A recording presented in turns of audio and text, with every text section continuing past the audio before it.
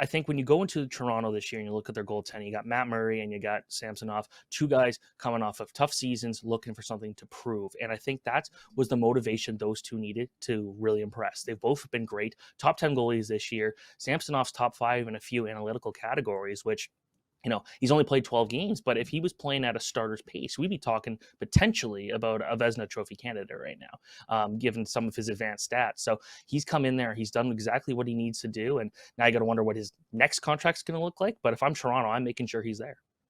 Yeah, I was right with you at the beginning of the year saying this is going to be one of the true value buys of the season, and he certainly played to that level. The interesting thing is, as good as the Leafs goaltending has been in the first third of the season, we were also talking about Jack Campbell being a Vezina candidate at this exact moment in time 1 year ago, and we all know how that ended up. So it goes to show you how much time is left to be played in this season and how quickly things can change, especially at the goaltending position, not just year to year, but also within the season. Consistency is key. Murray and Samsonov have both been that for the Maple Leafs. For me, the guy that really stands out in a lowercase way is Dominik Kubalik. And going back to the Detroit Red Wings, when you look at their hierarchy in terms of the points that have been produced this year for that Red Wings team, I mean, look, they're in a spot where what they were able to get out of Kubalik for just $2.8 million, he's a guy that he didn't fall out of favor, but I think a lot of people in Chicago looked at him as sort of a one-dimensional player. If he's not scoring,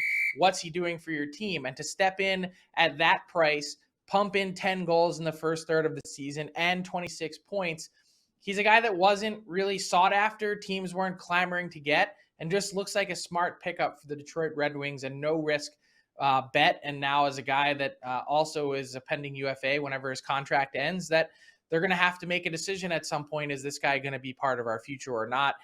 Unheralded, but certainly has done the job in Detroit.